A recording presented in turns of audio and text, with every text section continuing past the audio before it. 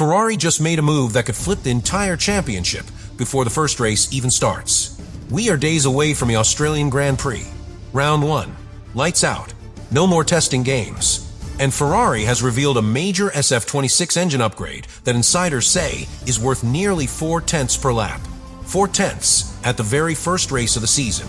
A redesigned 067/6 power unit with a smaller turbo to eliminate lag out of slow corners.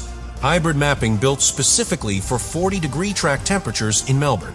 Top speeds already touching 348 kilometers per hour in testing. And a rear wing system gaining up to 12 kilometers per hour on the straight. But here is the real question.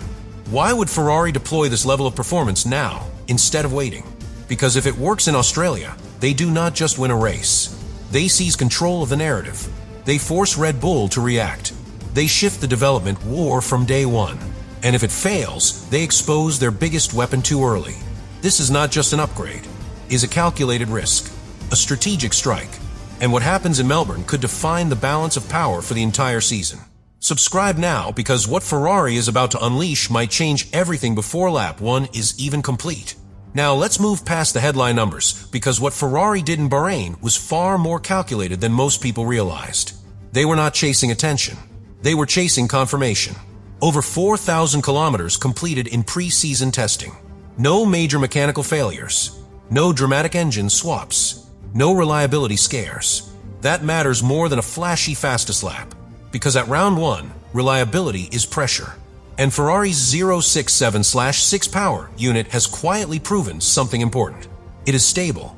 But here is where things start to shift. During long-run simulations, Lewis Hamilton completed an 18-lap stint with almost perfectly linear degradation. Calm drop-off. Predictable performance. No sudden collapse in pace. That tells you the hybrid system is operating efficiently. Energy harvesting under braking is strong. Deployment is controlled. And in Melbourne, that is everything. Albert Park punishes poor energy management. You have long acceleration zones where clipping can cost you positions. You have heavy braking zones where regeneration must be precise. If your deployment curve is uneven, you are exposed. Ferrari refined the hybrid mapping specifically for hot circuits. Less aggressive spikes in energy release. More sustained boost across the lap. That means the driver does not feel the car go flat halfway down the straight. It stays alive. It keeps pulling. But the real mechanical shift is the smaller turbine. Reduced rotational inertia. Faster spool in lower gears. Almost no hesitation when the throttle is applied. In Bahrain, telemetry showed Ferrari gaining roughly 2/10 in slow corner exits compared to key rivals. And Melbourne is full of those corners. Turn 3. Turn 11. Acceleration zones that decide overtakes before the next braking point. But this is not just about speed. It is about confidence. When a driver knows the throttle response is immediate, he commits earlier. He carries more momentum. He trusts the rear. And that trust translates into tenths across a lap. Now here is the deeper layer most fans overlook. Ferrari is not bringing a dramatic visual overhaul. They are bringing a coordinated evolution. Engine response, thermal management, energy deployment, rear stability, each element reinforcing the other. And internally, projections suggest this Melbourne configuration could be worth close to 4/10 over their Bahrain baseline. 4/10 at the first race of the season. That is not incremental development. That is positioning. Because if Ferrari secures pole in Australia, they control the race. If they control the race, they dictate strategy. And if they dictate strategy, rivals are forced into reactive decisions under budget cap constraints. But there is tension beneath the optimism. Rear tire degradation showed signs of softening in hotter simulations. Around lap 12, grip began to fade. Not dramatically, but noticeably, which means discipline becomes critical. Push too aggressively in the opening laps, and the advantage shrinks. Manage the stint correctly, and the engine efficiency becomes a weapon late in the race. And this is where psychology enters the equation. Ferrari is not waiting to see what Red Bull does. They are striking first. They are sending a message before a single championship point is awarded. We are ready now. Not mid-season. Not after upgrades in Europe. Now. But bold timing creates pressure. If the performance matches simulation, Ferrari shifts the competitive balance immediately.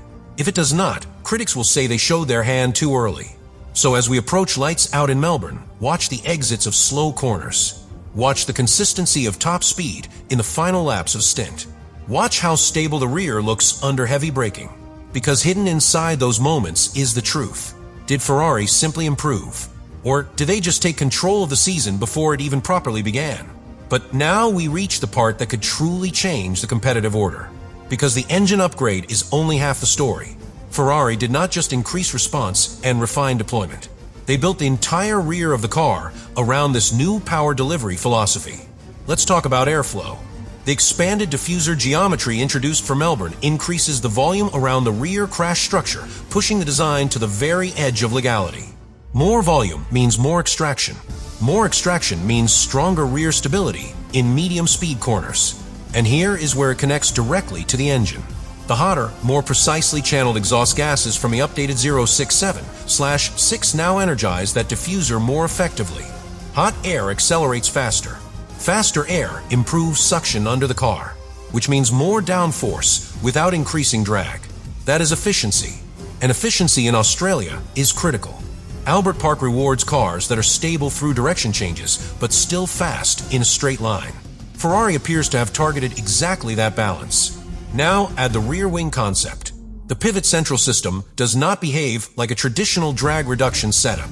Instead of a simple flap opening from the edge, the upper element rotates from a central axis. When activated, it dramatically reduces resistance. But the magic is not only in top speed, it is in the transition back to downforce. Instead of snapping shut and unsettling the rear, it rebuilds load progressively. That gives drivers confidence under braking. Hamilton, in particular, thrives on that feeling. Late braking, trail braking into fast entries, trusting the rear to hold. In Bahrain simulations, this stability reportedly allowed braking points to move several meters deeper without instability. Those meters matter, especially in Melbourne, where overtaking often depends on the smallest braking advantage. Now imagine combining all of it. Sharper throttle response out of slow corners, stronger mid-corner stability, higher terminal velocity on the straight, smoother energy deployment under heat. This is not a single upgrade, it is a coordinated strike. And that coordination suggests something important. Ferrari is not experimenting, they are committing. But commitment increases risk. Because when you bring this level of refinement to round one, you expose your development direction to the entire grid. If it works, rivals must respond immediately. Under budget cap rules, that reaction costs time and money. If it does not work, Ferrari cannot easily pivot without losing momentum. And then there is the internal dynamic. Hamilton appears to have adapted quickly to the new hybrid rhythm. His long-run efficiency was slightly stronger. Leclerc remains devastating over one lap. That combination could be powerful or complicated, because if qualifying pace puts both cars at the front, strategy becomes delicate. And in a tight championship, early internal tension can shape the entire season. But let's zoom out. Ferrari believes this Melbourne package is worth roughly 4/10 over their Bahrain baseline. 4/10 at race one can define perception. Perception influences confidence. Confidence influences aggression. And aggression shapes championships. So when the lights go out in Australia, do not just watch who leads into turn one. Watch how the SF-26 exits slow corners. Watch how stable it looks under heavy braking. Watch whether it maintains energy consistency in the closing laps of a stint. Because hidden inside those details is the real answer. Did Ferrari simply upgrade their engine? Or do they just redefine the competitive balance before the season truly begins? And now we arrive at the moment that could quietly define the entire opening phase of this championship. Because Australia is not just another circuit, it is the first real stress test. The first time the engine runs at full competitive load. The first time energy deployment is push lap after lap under race conditions. The first time tire degradation meets real pressure. Testing is controlled. Melbourne is chaos. High track temperatures, unpredictable wind shifts, street circuit walls that punish the smallest instability. If the SF-26 engine upgrade is truly as efficient as internal data suggests, Ferrari should look calm in Sector 2. Smooth through direction changes, strong on traction out of turn 11, consistent in top speed, even late in a stint. But if the hybrid mapping overheats, if rear tire degradation accelerates, if energy clipping appears in the final third of a run, then the entire narrative shifts instantly. And that is why this moment matters so much. Because Ferrari is not easing into the season. They are declaring intent at round one. They believe the smaller turbine eliminates hesitation under throttle. They believe the refined energy deployment prevents mid-straight power drop. They believe the rear stability improvements allow later braking without risk. Belief is powerful, but Australia does not reward belief. It rewards execution, and execution under pressure exposes the smallest weaknesses. Red Bull will be watching traction zones carefully. Mercedes will be monitoring straight-line consistency. McLaren will be analyzing degradation curves. One weakness, one visible fluctuation in pace, and rivals adjust immediately. But if Ferrari delivers on simulation numbers, if they secure pole, if they manage tire life, if the engine remains stable in high heat, then something bigger happens. Momentum.